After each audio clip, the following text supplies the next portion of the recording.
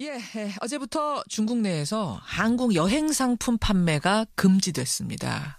다시 말해서 이제 중국 여행사들은요, 한국으로 가는 여행 상품을 팔고 싶어도 못 파는 겁니다. 참으로 황당한 조치죠. 이렇게 중국은 노골적으로 드러내놓고 사드 보복을 하고 있습니다. 이렇게 되자 가장 많은 피해를 입게 된 곳 제주입니다. 이 상상을 초월하는 금전적인 피해가 예상되는데요. 제주특별자치도 원희룡 지사에게 직접 확인해 보겠습니다. 원희룡 지사님, 안녕하세요. 네, 안녕하세요. 어제가 여행 금지령 시행 첫날이었는데 네. 분위기가 어땠습니까? 예, 그동안 중국 관광객이 비행기하고 크루즈로 하루에 5,000명 이상이 꾸준히 왔었거든요. 하루에 5,000명? 네네. 예. 왜냐하면 작년에 연간 300만 명이 왔으니까요. 그러네요. 예. 어제 이제 전면 사실상 금지 조치가 내렸기 때문에 예. 이제 비행기도 중국 단체 관광객은 전혀 없는 채로 운항을 하고 있고요. 크루즈 같은 경우에는 아예 제주에 기항하는 것을 거부하고 있죠. 제주에 들르지도 않고 일본에서 중국으로 바로 직접 가버리고 있습니다. 세상에. 지역의 피해를 어느 정도로 예상하세요? 우선 제주 관광이 작년에 집계가요. 예. 전체가 1,500만입니다. 예. 중에 내국인, 한국인이 1,200만이고요. 1,200만? 300만 좀 넘게 외국인인데 그중에 한 85%, 300만 명이 중국인입니다. 어마어마한 숫자네. 한 나라에서 오는 사람만 300만. 그렇습니다. 예. 과거에 일본 관광객이 전성기일 때가 25만 명이었거든요. 그래요. 그래서 이 100만 명이 넘는 관광객이라는 거는 중국 없이는 달성 불가능한 숫자예요. 일본에서 최대로 많이 오는 정말 피크 타임에도 25만 명밖에 안 왔는데. 네, 그렇습니다. 예. 한국 전체로 중국 관광객이 1년에 800만 명이 오는데요. 예. 이런 숫자 자체는 중국 없이는 불가능한 숫자고요. 대신 문제는 뭐냐면 제주 같은 경우에 중국인 여행사에서 관광객 1인당 돈을 받고 제주도에다 풀어놓는, 그러니까 그 수입을 면세점이나 특산품점 이런 데 가서 리베이트 받고 운영하던 이 저가 단체 관광객들이 뺏기어 있기 때문에 예. 사실은 이번 일이 아니더라도 예. 이러한 중국 여행사가 속되게 말하면 갑질하는 그 저가 단체 관광객은 장기적으로는 퇴출시켜야 된다고 보고 있었기 때문에 예. 그런 점에서 이것을 개선해 나가던 중인데 그 과정상에서 중국이 아예 전체를 금지를 시키니까 예. 이 중국인을 상대로 영업을 하던 이 업체들이 직격탄을 받게 된 거죠. 어떻게 대응할 계획이세요? 우선 단기로는 당장 거의 개점 휴업 또는 폐업을 해야 되는 위기에 처한 업체들에 대해서는 예. 어떤 융자금의 상환이라든지 예. 긴급 운영난을 겪고 있는 운영자금이라든지 이런 부분들에 대해서 저희들이 금융적인 지원도 지금 검토를 하고 있고요. 예. 그러면 실직을 하게 됐을 경우에 예. 당장 생계 이런 부분들이 문제가 될 수가 있으니까 단기적인 복지나 긴급 경영자금, 융자 지원 이런 부분들에 대한 것들을 저희들이 최대한 확보를 하려고 하고 있고요. 예. 근데 장기적으로는 업종 전환이라든지 예. 아니면은 시장 다변화. 왜냐하면 내국인 관광객들부터 더 정성스럽게 맞이하고 만족도를 높일 수 있는 예. 그런 투자로 가야 되겠죠. 어차피 중국인만 바라보고 영업을 하는 것으로는 예. 이번에는 사드지만 다음에는 또 무슨 한중간에 외교 문제가 나올지 모르는 거기 때문에 그냥 일방적으로 의존하다가 언제든지 보복할 수 있는 그런 부분에 대한 의존도는 줄여야 된다. 그래서 이번 기회에 중국에 대한 의존도를 대폭 낮추는 체질 개선을 하지 않으면 안 된다고 보고 있습니다. 중국이 지금 이렇게 여행 금지령을 내리는 것에 대해서 그냥 불안해하고 있을 것만이 아니라 이런 상황을 계기로 해서 아예 체질 개선을 좀 해보자. 그러니까 중국 의존형으로 변했던 이미 제주 관광이 사실 많이 변질됐거든요. 중국 맞춤형 제주가 됐다 막 이런 얘기까지 나올 정도였는데 이걸 좀 이번 기회를. 관광객 1,500만 명 중에요. 예. 1,200만은 내국인이고요. 예. 그다음 외국인 한 350만 중에도 30만 가까이는 중국이 아닌 다른 나라들입니다. 그렇긴 하지만 가장 돈을 많이 푸는 관광객은 중국인 아니었습니까? 가장 큰 손. 그렇긴 한데요. 그러다 보니까 중국 위주로 좀 많이 변했다 제주가 이런 얘기들 들리긴 했었어요. 그렇게 가려고 하고 있는 것들을 저희들이 이번 일이 있기 전에도 이렇게 가서는 안 된다고 보고 저희가 그 시장 다변화 그리고 동남아라든지 일본, 아시아 시장으로 다각화시켜서 절대로 계란은 한 바구니에 담는 게 아니거든요. 그렇죠. 그리고 이 갑질을 할 수 있는 고객은 아무리 이게 시간이 가도 저희들의 우량 고객이 될 수는 없습니다. 그리고 거품이 간다고 저희의 어떤 그 속살이 될 수는 없는 거기 때문에 어차피 체질 개선의 과제를 안고 있었는데 이번에 어차피 엎어진 김에 집 수리하고 간다. 이런 개념으로 저희들이 긴장을 단단히 해서 체질 개선을 해야 된다고 보고 있습니다. 알겠습니다. 저희들이 믿는 것은 과거 메르스 때도 그랬고 일본 관광객이 25만 명이 오다가 4만 명으로 줄어드는 과정에서도 시간은 걸렸지만 이걸 이겨내면서 체질을 바꿔낸 저력이 있거든요. 이번에가 물론 양적으로는 최대의 위기이긴 합니다만은 이것을 잘 극복하면 더 지속 가능한 그러한 관광을 만들 수 있다고 믿고요. 반드시 이겨내겠습니다. 반드시 이겨내겠다. 말씀 믿음직합니다만.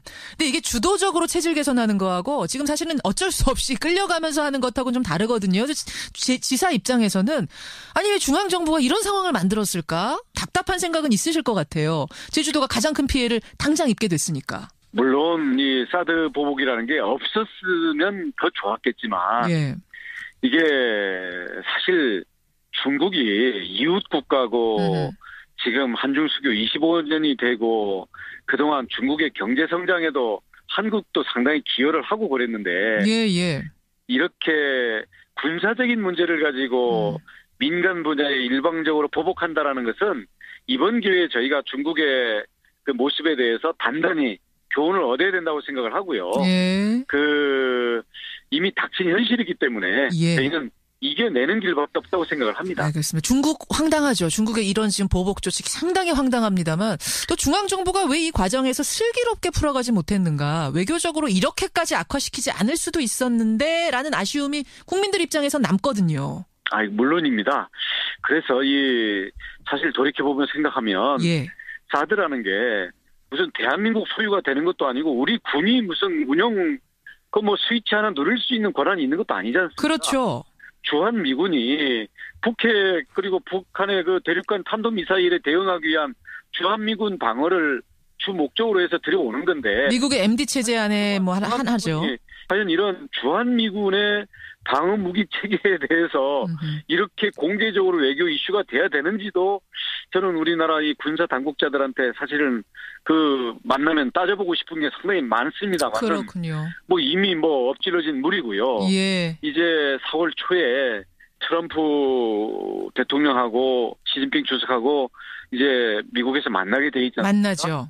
사드 문제도 일단은 회담 의제로 올라올 수밖에 없기 때문에 이걸 가지고 계속 미국한테는 눈치 보면서 한국만 때리는 이런 상황이 계속 갈 수도 없는 거기 때문에 일단 4월 초에 중미 정상회담에서 이 부분이 진짜 미국과 중국 당사자끼리 진짜 이 부분을 가지고 한판 언쟁을 벌이든지 아니면은 큰 틀에서 양해가 되든지 좀 계기가 마련이 돼야 된다고 생각을 하고요. 그렇죠. 한국만 일방적으로 두들겨 맞는 이런 상황은 하루빨리 풀려야 된다고 생각을 합니다. 말씀 듣고 보니까 진짜 미국하고 중국하고 고래 싸움하는데 제주둥이 터지고 있어요. 그렇습니다. 결과적으로 지금 제주도도 중국의 관광 보복들 때문에 중국 여행사들하고 중국인 가이드들부터 현재 지금 팔이 날리고 있는 상황이거든요. 중국이 보복을 하면 중국인이 다친다. 이런 부분들에 대해서 저희들이 보여줄 필요가 있다고 생각을 합니다. 알겠습니다. 원희룡 제주지사 지금 아주 강력한 어조로 여러 가지 말씀을 해주셨는데 지사님 오랜만에 나오셨으니까 전국 현안 한 가지만 좀 여쭐게요. 네. 지금 대선 여론조사 보면은 상위권 주자들은 전부 야당. 게다가 선전하던 황교안 총리마저 어제 불출마 선언. 이제는 여권에는 두 자릿수 보이는 후보가 한 명도 없습니다. 이거 보수의 괴멸, 사실상 이번 선거에서 보수 좀 어려워진 거 아닌가요?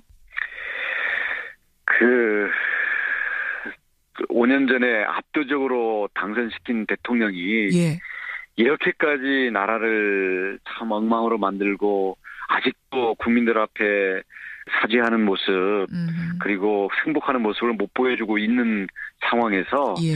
사실 보수가 참 명분이 없죠. 그래서 이 박근혜 대통령으로 인한 자업자득인 면이 좀 크고요. 예, 예. 두 번째로는 그나마 뭐 박근혜 대통령이 잘못한 거 잘못한 거고 예. 앞으로 나라가 어떻게 갈 거냐에 대해서는 대한민국이 진보도 있지만 보수의 날개가 건강하고 튼튼해야 되거든요. 아유, 물론이죠.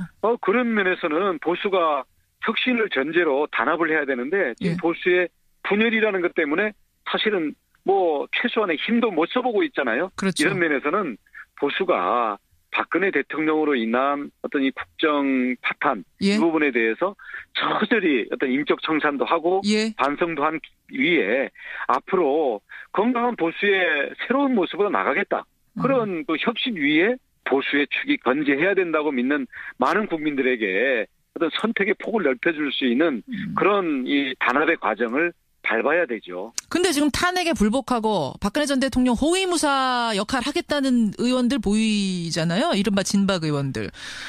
뭐 최소한의 인간적인 도리에 대해서는 이해가 안 가는 것도 아닙니다만 예, 예. 그런 부분들이 헌법재판소나 압도적인 국민들의 그 심판에 대해서 불복하고 자기들만 살 길을 찾으려는 이런 모습은 그게 바로 그 최소한의 인적 청산의 대상 아니겠습니까? 저는 대다수의 국민들이 그렇게 본다고 생각합니다. 예. 결국 대통령이 국민들께 진심 어린 사죄, 승복 하지 않고 계속 이런 식으로 간다면 보수는 살아날 방법이 없다. 이대로 괴멸이다. 이런 생각까지 또 야당 좋은 일만 시키는 거죠. 야당 좋은 일. 알겠습니다. 예, 원희룡 지사님 여기까지 오늘 말씀 듣죠. 고맙습니다. 네, 고맙습니다. 제주도 원희룡 지사였습니다.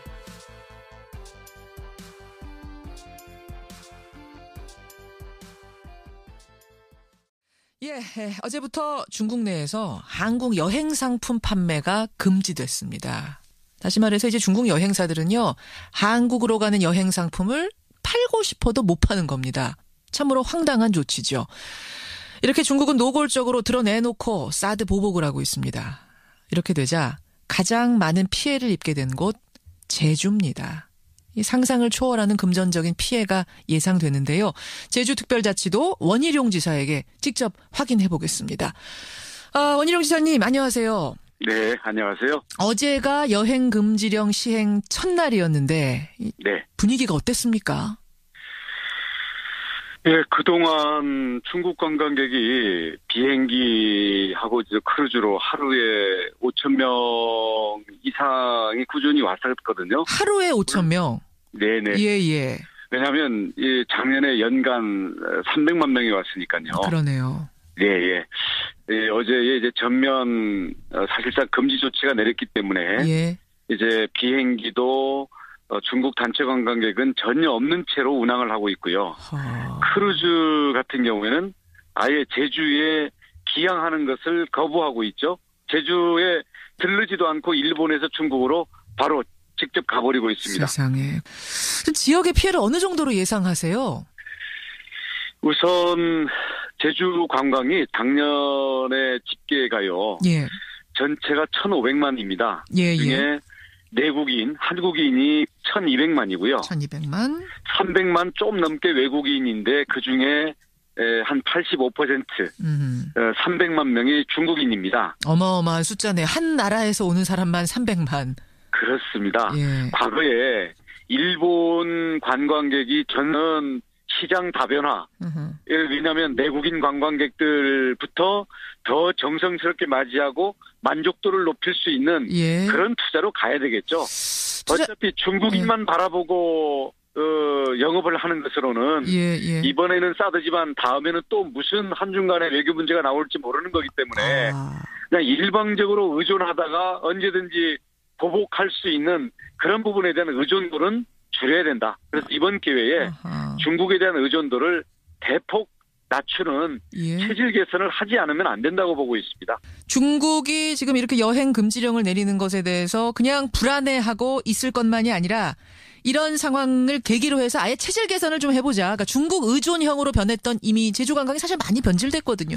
중국 맞춤형 제주가 됐다, 막 이런 얘기까지 나올 정도였는데 이걸 좀 이번 기회를 관광객 1,500만 명 중에요. 예. 1,200만은 내국인 성지일 때가 25만 명이었거든요. 그래요. 그래서 이 100만 명이 넘는 관광객이라는 거는 중국 없이는 달성 불가능한 숫자예요. 일본에서 최대로 많이 오는 정말 피크 타임에도 25만 명밖에 안 왔는데. 네네, 그렇습니다. 예, 예. 한국 전체로 중국 관광객이 1년에 800만 명이 오는데요. 예. 이런 숫자 자체는 중국 없이는 불가능한 숫자고요. 아. 대신 문제는 뭐냐면 제주 같은 경우에 중국인 여행사에서 관광객 1인당 돈을 받고 제주도에다 풀어놓는, 그러니까 그 수입을 면세점이나 특산품점 이런 데 가서 리베이트 받고 운영하던 이 저가 단체 관광객들이 뺏기어 있기 때문에 예. 사실은 이번 일이 아니더라도 예. 이러한 중국 여행사가 뭐 속되게 말하면 갑질하는 그 저가 단체 관광객은 장기적으로는 퇴출시켜야 된다고 보고 있었기 때문에 예. 그런 점에서 이것을 개선해 나가던 중인데 그 과정상에서 중국이 아예 전체를 금지를 시키니까 예. 이 중국인을 상대로 영업을 하던 이 업체들이 직격탄을 받게 된 거죠. 어떻게 대응할 계획이세요? 우선 단기로는 당장 거의 그 개점 휴업 또는 폐업을 해야 되는 위기에 처한 업체들에 대해서는 예. 어떤 그 융자금의 상환이라든지 예. 긴급 운영난을 겪고 있는 운영자금이라든지 이런 부분들에 대해서 저희들이 금융적인 지원도 지금 검토를 하고 있고요. 예. 그러면 실직을 하게 됐을 경우에 예. 당장 생계 이런 부분들이 문제가 될 수가 있으니까 단기적인 복지나 긴급 경영자금, 융자 지원 이런 부분들에 대한 것들을 저희들이 최대한 확보를 하려고 하고 있고요. 예. 근데 장기적으로는 업종 전환이라든지 예. 아니면